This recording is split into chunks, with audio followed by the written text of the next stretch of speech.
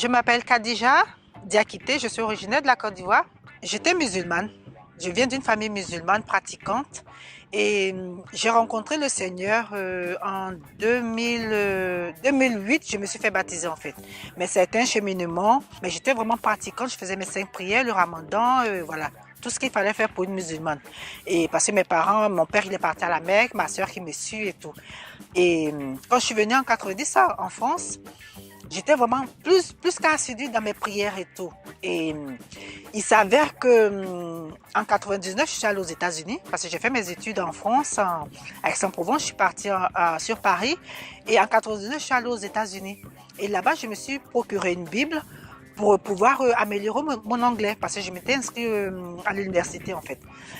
Et j'ai fait mon cheminement. Je suis revenue en France en 2003 et j'ai acheté une autre Bible. Et j'étais dans le bus, je lisais la Bible en fait dans le bus. Et il y a un monsieur qui m'a dit, il m'a demandé si j'étais musulmane. J'étais vraiment fière de dire que j'étais musulmane et tout. Et il m'a dit, ben, vu que vous n'êtes pas chrétienne et que je vous vois en train de lire la Bible, essayez de commencer par le Nouveau Testament. Parce que moi, je lisais par l'Ancien Testament. Et donc, je ne l'ai pas écouté, j'ai continué à lire l'Ancien Testament, que je trouvais que c'était dur. Et je suis allée, comme on appelle, dans le sud de la France pour du boulot. Et j'étais sur mon tapis de prière, puisque je faisais mes prières, mes 5 prières par jour. Et il savait que je me suis rappelé, je me suis rappelé d'une parole de mon professeur coranique, puisque j'ai fait l'école coranique comme l'école du dimanche chez les chrétiens. Et il me disait, dès que tu finis de faire tes sourates et tout, tu restes sur ton tapis de prière et tu demandes à Dieu, tu parles à Dieu comme tu me parles et tout. Et moi, c'est ce que je faisais depuis longtemps. Et à cette période-là, j'étais vraiment, enfin, je pense que mon cœur cherchait vraiment le Seigneur, mais je ne savais pas que je le cherchais. Et j'avais des soucis à mon travail et tout. Donc vraiment, je parlais au Seigneur et je lui ai dit, bon, ça suffit maintenant. S'il existe vraiment, qu'il se manifeste, qu'il me montre un signe comme quoi il existe, quoi, parce que on me dit chez les musulmans, il paraît c'est le bon, chez les chrétiens, je sais plus où il est, chez les hindous. Donc vraiment, c'est comme si je l'avais mis au défi. Et à peine je finis de dire ça, je me suis vue ravie en esprit. Mais j'avais pas compris le mot ravie, c'est après je l'ai vu dans la Bible en fait. En quelques secondes, j'étais plus là où j'étais en fait, en esprit. Donc je me suis retrouvée dans une immensité, blanc comme la neige, plus éclatante. Et je vois quelqu'un qui est assis sur un trône, sur un grand fauteuil. Et il m'a pas parlé, mais je comprenais ce qu'il me disait en fait. Et il me regarde, j'étais comme une tache noire à côté de lui. Et à peine il tourne son visage comme ça pour me regarder. Et franchement, j'étais remplie d'un amour que je ne peux pas expliquer. De l'amour, la paix, la rassurance, j'étais vraiment enveloppée. Et cet amour-là, on ne peut pas l'expliquer tant qu'on ne l'a pas expérimenté. Et donc, en quelques secondes, je reviens à moi sur mon tapis de prière. Et j'avais vraiment cette paix-là qui était en moi. Et là, je me suis rendu compte que j'avais pas rêvé, que c'était réel en fait. Parce que je sentais cette paix-là en moi et cette assurance, cette joie que je peux pas expliquer. Bon, je suis restée dans cet état d'esprit pendant un bon moment parce que quand je savais pas que c'était Jésus que je venais de rencontrer, je savais que c'était un être vraiment divin, mais je savais pas que c'était Jésus. Et je me suis dit, purée, t'as intérêt à ne pas raconter ça à quelqu'un parce qu'on va te prendre pour une folle et tout. Et j'ai fait mon cheminement, je continuais à lire la Bible, mais je comprenais rien du tout.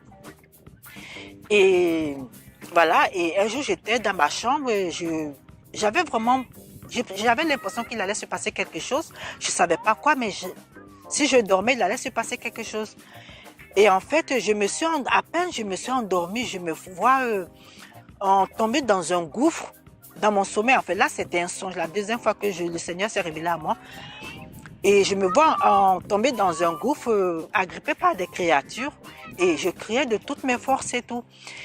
Et je savais que personne ne pouvait me sauver parce que dans ma tête, en fait, j'ai crié Mahomet, mais dans ma tête, en fait.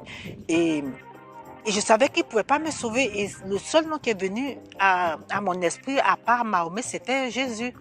Et à peine j'ai fini de penser que Jésus pouvait me sauver, je vois les créatures qui tombent dans ce gouffre et je me vois sortir du gouffre. Et j'étais peut-être même pas à 10 mètres, même pas à 5 mètres. Et je vois je ne sais pas s'il faut dire ce personnage divin qui est là dans ma chambre, qui est d'un blanc éclatant qui était là en face de moi et là, j'ai ressenti la même paix que j'avais reçue lorsque j'étais sur mon tapis de prière. Et, et il m'a dit qu'il était le chemin, la vérité et la vie. Et là, j'ai su que c'était Jésus que j'avais vu en esprit la première fois. En fait, j'ai reconnu la même personne, mais cette fois-ci, il m'a vraiment dit qu'il était le chemin, la vérité et la vie. Et voilà, donc c'est comme ça que j'ai rencontré Jésus dans ma vie et c'était clair et net pour moi comme quoi c'était lui le seul et vrai Dieu. J'ai commencé à lire la Bible, voilà la partie que je voulais préciser, j'ai commencé à lire la Bible et c'est bizarre mais je comprenais ce que la Bible voulait me dire. Je comprenais tout, c'est comme si l'Esprit m'enseignait en fait et c'était clair pour moi et je devais me faire baptiser et tout. J'avais compris qu'il fallait que je me fasse baptiser.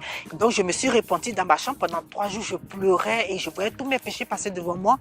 À chaque fois, je voulais me mettre sur mon tapis de prière. Je ne pouvais pas. Je me retrouvais en genoux en train de pleurer et tout.